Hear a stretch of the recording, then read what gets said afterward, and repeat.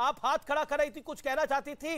ये ब्रेक के बाद तो ये खबर और बड़ी हो गई है, पलटवार दूसरी तरफ से हो रहा है। आग कौन लगा रहा है, आज आग कौन बुझा रहा है, और कौन केरोसिन और पेट्रोल डाल रहा है? आमिर जी, मुझे लगता है कि जो पार्टी सांगठनिक रूप से कमजोर है, और ये तो एक्सेप्ट करना चाहिए कांग्रेस को कि सांगठनिक रूप से वो लोग केवल जमीन पर ही कमजोर नहीं है, जो भी उनका स्ट्रक्चर है अभी ऊपर के लेवल पे लीडरशिप का स्ट्रक्चर है, वहां पर भी बहुत कंफ्यूजन है, वहां पर भी बहुत ज्यादा खींचातान है। आचार्य जी ने एक बात कही कि भाई भाजपा में भी बहुत सारे जो चीफ मिनिस्टर थे उनको हटाया गया, उनके जगह पे किसी और को लगाया गया, जो कुछ भी किया गया। ऐसे सिचुएशन में आचार्य जी बताएं कि क्या कभी भाजपा के 4 नेताओं ने बाइट दी हो और छीछा लेदर की हो पार्टी की?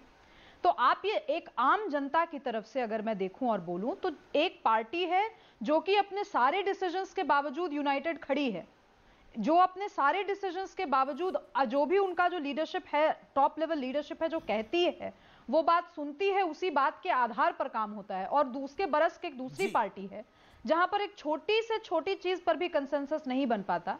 तो ये तो कांग्रेस को देखना होगा कि ये जो सांगठनिक खींचातान है उस पार्टी के अंदर, उससे उनका फायदा हो रहा है या नुकसान हो रहा है। इसमें बहुत टीवी पर छींटाकशी करके क्या होगा? आप किसी को कह दें कि साम दाम दंड भेद का इस्तेमाल गलत है, सही है, इस पे आप चर्चा भले ही कर सकते हैं, लेकिन राजनीति में साम दाम दंड भेद के आधार पर एक पार्टी पॉलिटिकल चुनाव जीते जा रही है और अपनी धाक जमाते जा रही है, और दूसरी पार्टी का कहीं अस्तित्व नहीं है। तो ये तो उस पार्टी को सोचने वाली बात है। ओके आचार्य जी, इसमें किसी दूसरे पर दोषारोपण करके कुछ खास हासिल नहीं होगा।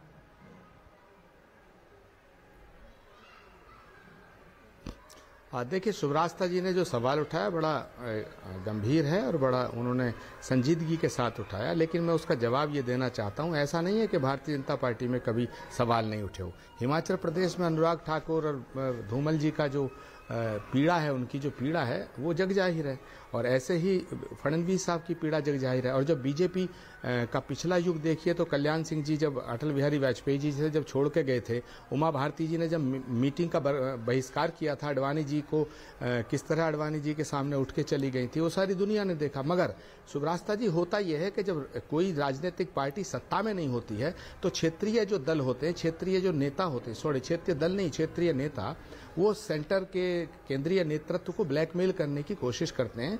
और कांग्रेस की जो लीडरशिप है, वो अभी जो कुछ लोग हैं कांग्रेस पार्टी के, वो ये मान के चल रहे हैं कि कांग्रेस की जो लीडरशिप है वो वीक हो रही है, लेकिन उन्हें गलत फहमी आपके एग्जाम्पल पर आते हैं। आपने 2 नाम लिए। एक सेकंड आचार्य जी 10 सेकंड। आपने 2 नाम लिया, आपने नाम लिया उमा भारती का, आपने नाम लिया कल्याण सिंह का। उमा भारती ने जब पार्टी के अंदर प्रमोद महाजन के सामने बोला मैं बीजेपी ऑफिस में मौजूद था, उमा भारती की नहीं सुनी गई थी, पार्टी से बाहर किया गया था, बीजेपी सत्ता से बाहर थी। Point number 1। Point number 2, Kalyan Singh ने जब कहा था, कल्याण सिंह को पार्टी के बाहर का रास्ता दिखा दिया गया था, बीजेपी को हार का सामना करना पड़ा था उत्तर प्रदेश के अंदर। अगर किसी ने इनडिसिप्लिन किया था तो उसको खामियाजा भुगतना पड़ा था। यह फैक्ट है जिसको मैं आपको करेक्ट नहीं कर रहा, आपकी बात को कंप्लीट कर रहा हूं। आपने जो बात कही वो अधूरी कही, क्योंकि मैं खुद उस समय उमा भारती ने जब स्वर्गीय प्रमोद महाजन जी के लिए बोला, वो अडवाणी जी के लिए नहीं था, अडवाणी जी के सामने था, स्वर्गीय प्रमोद महाजन के लिए था। जो बोला मैंने वो खुद देखा अपनी आंखों से, और यही एग्जैक्टली हुआ था। और उमा भारती पर कार्रवाई हुई थी, उमा भारती को पार्टी से बेदखल कर दिया गया था। हुआ था कि नहीं हुआ था?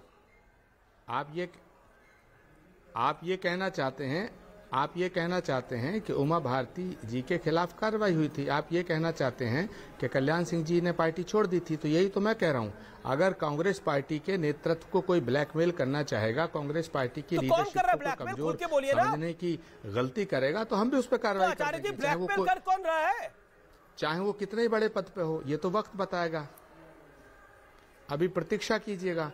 कांग्रेस पार्टी के अंदर कुछ राजस्थान सरकार में हमारे कुछ ऐसे नेता हैं, एक दो मंत्री हैं जिन्होंने बहुत पैसा कमाया है, हजारों करोड़ रुपए इकट्ठा कर लिया है। वो ईडी और सीबीआई से डरते हैं, इसलिए वो कांग्रेस पार्टी को संकट में डालना चाहते हैं। वो बीजेपी के लिए काम कर रहे हैं, उस पर हम लोग चिंतन कर रहे हैं। खड़गे जी के नेतृत्व में जब वहां नहीं, मेरी बात को पूरा होने दें। जब खड़गे जी के नेतृत्व में अजय माकन जी और पर्यवेक्षक गए थे तो राजस्थान सरकार के कुछ विधायकों ने अलग मीटिंग की और ये प्रचारित किया गया कि उन्होंने इस्तीफा दे दिया, जबकि ये झूठ है।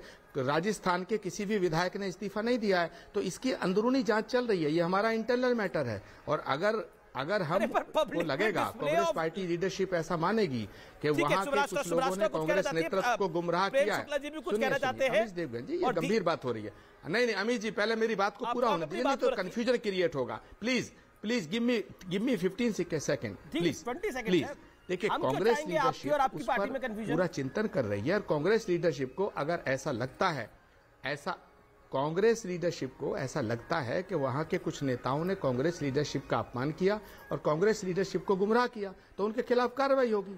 सरकार रहे या जाए, इससे क्या फर्क पड़ता है। कांग्रेस लीडरशिप का सम्मान रहना चाहिए। कांग्रेस नेतृत्व को अपमानित करना और उनको ब्लैकमेल करना किसी कीमत पर बर्दाश्त नहीं किया जाएगा। सरकार गिरे या रहे, इससे कोई फर्क नहीं पड़ता। तो गहलोत साहब का है, ठीक है। ओके सुब्राष्ट्रा 40 सेकंड जी। बहुत दो तीन चीजें बड़ी विस्फोटक चीजें सामने आई। पायलट को कांग्रेस लीडरशिप ने जब जो कहा वो उसने किया। एक बहुत बड़ा स्कैम आज देश की जनता के सामने आया। अब तो यही है कि आरटीआई एक्टिविस्ट इस काम पे लगें और पता करें कि वो कौन से 3-4 मिनिस्टर हैं जिन्होंने 1000 करोड़ से ऊपर का गबन किया है, या फिर जिस भी तरीके से गलत तरीके से पैसा कमाया है। क्योंकि राजस्थान सरकार को बने भी बहुत, ऐसा नहीं है कि बहुत सब एक टर्म पूरा कर लिया हो उसने, तो ये बहुत बड़े संगीन आरोप हैं जो एक कांग्रेसी ही लगा रहे हैं आपके शो पे। तो ये तो मुझे लगता है सिटीजन जर्नलिस्ट और आरटीआई एक्टिविस्ट को एक बहुत बड़ा मुद्दा मिला है इसको आगे ले जाने का। दूसरी चीज, अगर कांग्रेस पार्टी में इतनी ही खींचातान चल रही है और शीर्ष नेतृत्व को लेकर के, शीर्ष नेतृत्व को अपने सम्मान को लेकर इतनी बड़ी चिंता है, तो जो भी शीर्ष नेतृत्व है वो इन नेताओं के साथ क्यों नहीं बैठ जाते, क्यों नहीं वो चीज एक बार सॉल्व कर लेते। तो शीर्ष नेतृत्व की जो तिकड़ी है, वो तिकड़ी तो एक साथ बैठ करके कोई डिसीजन ले नहीं पाती। उन तिकड़ी के अलग अलग, उन तीनों कोणों के अलग अलग, 3 कोण पर अलग अलग ध्रुव बने हुए हैं। तो ऐसे तो आमिष जी होगा यही जो हम देख रहे हैं कि ये कंफ्यूजन से बहुत सारी चीजें आगे आते भी सामने आएंगी। एक और बात है, यहां पे ऑलरेडी कह दिया गया है कि ये 3-4 मिनिस्टर हैं जिनकी वजह से दिक्कत है राजस्थान सरकार में। तो ये हो ना हो, ये 3-4 मिनिस्टर भाजपा ज्वाइन करने का सोच रहे हो, इसीलिए पहले ही इसके लिए प्रेल्यूड ही बना दिया गया है कि उनके ऊपर ईडी का नोटिस आएगा, इनकम टैक्स वाले चढ़ेंगे, इसी वजह से वो पार्टी छोड़ करके जा रहे हैं। आप सोचिए कि आज कांग्रेस, जो कि इंदिरा गांधी की कांग्रेस थी, जो कि जवाहरलाल नेहरू की कांग्रेस थी, इनकी दुहाई स्वयं देते हैं ये, वो कांग्रेस पार्टी का पराभव कितना हो चुका है कि उनके नेता स्कैम से छिटक कर ईडी से भागते हुए भाजपा ज्वाइन करते हुए दिख रहे हैं, और इस बात को एक्सेप्ट करने में किसी कांग्रेसी को कोई शर्म नहीं है। तो ये तो कांग्रेस की स्थिति है आज। ओके, आचार्य जी कुछ कहना चाहते हैं, दीपक झा भी कुछ कहना चाहते हैं।